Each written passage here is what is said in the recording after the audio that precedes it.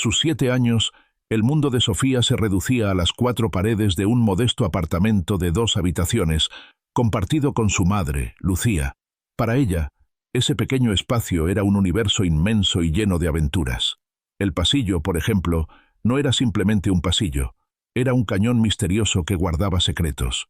La alfombra del salón se transformaba en un océano embravecido, con olas imaginarias que chocaban contra los muebles.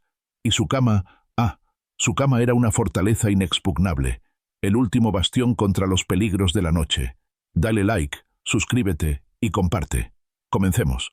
Pero en todo este reino de fantasía, solo había un habitante, un confidente inquebrantable, un amigo leal, el capitán.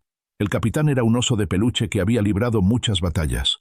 Su pelaje, que en algún tiempo fue de un rico marrón chocolate, ahora estaba descolorido y apelmazado por incontables abrazos y aventuras. Le faltaba un ojo de botón, lo que le confería un aire de pirata experimentado, un veterano de innumerables exploraciones. Una de sus orejas pendía de un hilo tenaz, un testimonio de su resiliencia.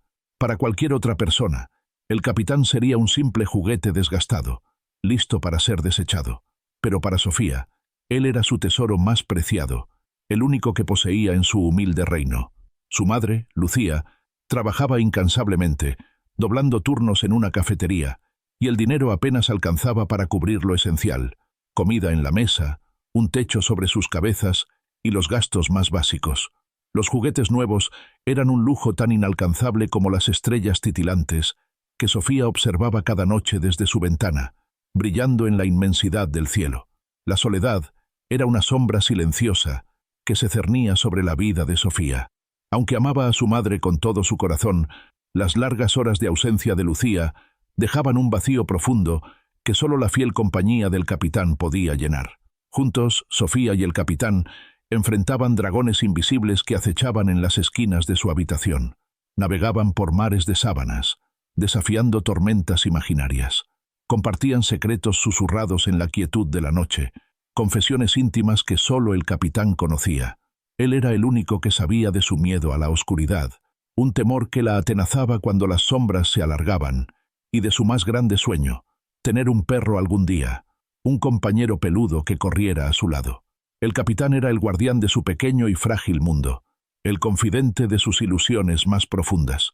Un día de primavera, la apacible quietud de su calle se rompió por el estruendo de un camión de mudanzas, enorme y ruidoso.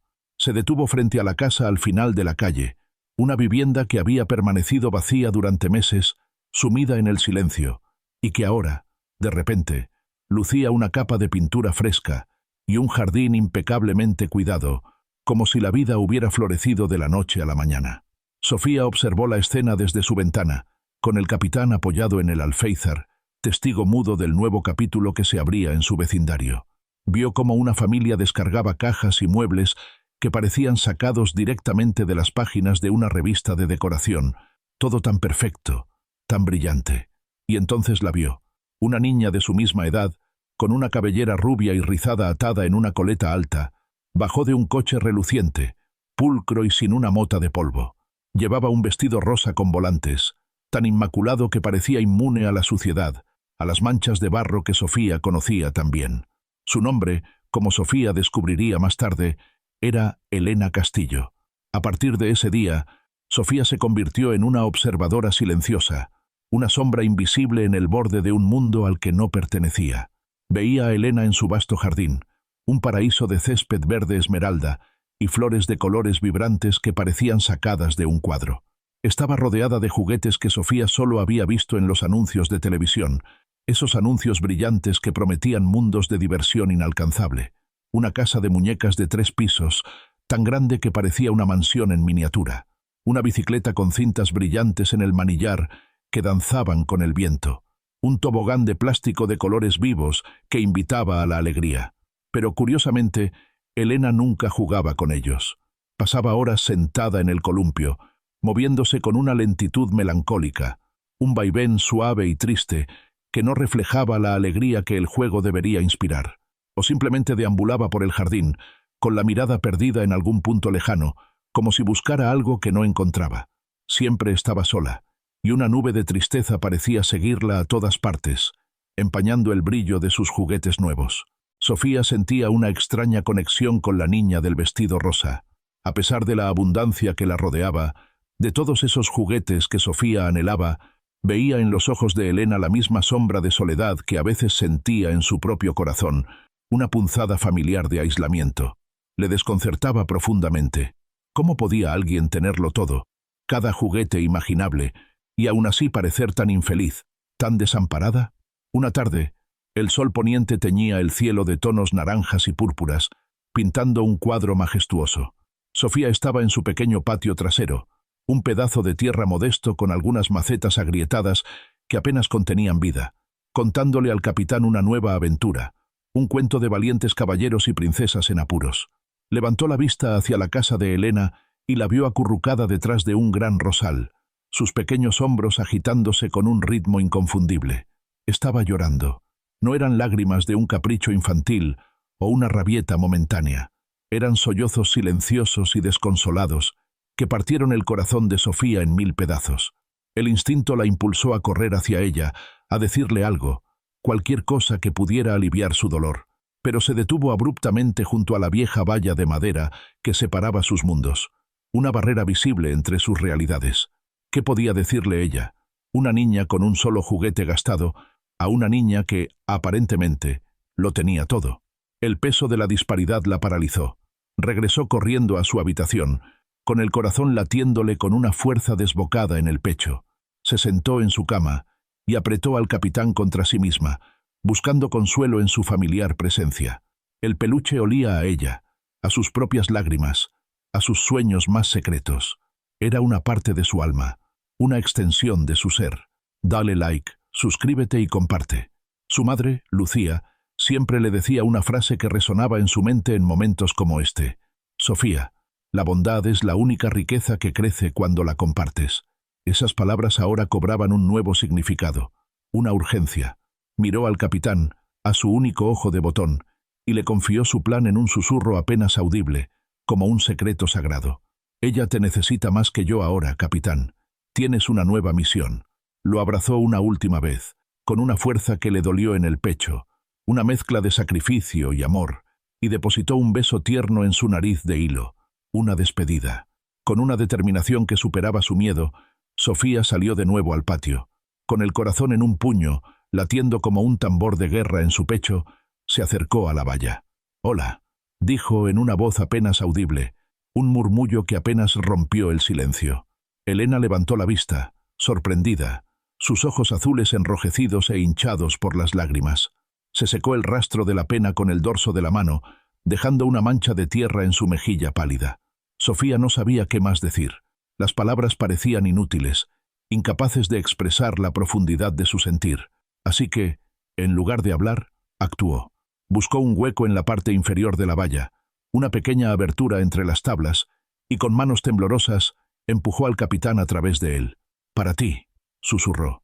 «Se llama capitán. Él es muy bueno para escuchar secretos y ahuyentar la tristeza». Elena miró al oso de peluche, tan diferente de sus juguetes nuevos y perfectos, impolutos y sin historia. Vio su ojo faltante, la oreja caída, las marcas inconfundibles de innumerables abrazos, de una vida vivida con amor. Luego levantó la vista y vio la cara de Sofía, una mezcla de nerviosismo palpable y esperanza sincera, una expresión de bondad pura. Lentamente, como si tuviera miedo de que la visión se desvaneciera, Elena extendió la mano y tomó al capitán. En el momento en que sus dedos tocaron el pelaje gastado, algo en ella se rompió. Abrazó al oso con fuerza y comenzó a llorar de nuevo, pero esta vez fue diferente. Ya no era un llanto silencioso y desesperado, sino un torrente de emoción liberada, un desahogo catártico. «Gracias», sollozó Elena, con la cara enterrada en el peluche, sus palabras ahogadas. Se parece a Bruno». A través de sus lágrimas, entre hipos y sollozos, le contó a Sofía que Bruno había sido su oso desde que era un bebé, su compañero constante. Se había perdido durante la caótica mudanza, extraviado en el torbellino del cambio. Sus padres, en su afán de verla feliz, le habían comprado todos los juguetes que una niña podría desear, una montaña de plástico y fantasía, pero ninguno de ellos era Bruno. Ninguno de ellos guardaba sus recuerdos, la esencia de su infancia. Ese simple acto de generosidad derribó la valla que las separaba, no con herramientas, sino con el poder de la empatía, de una manera mucho más eficaz. A partir de ese día, el jardín de Elena se convirtió también en el jardín de Sofía, un espacio compartido donde las fronteras se desdibujaron. Ya no jugaban con la casa de muñecas de 3 pisos, ni con la bicicleta brillante, juguetes que ahora parecían triviales.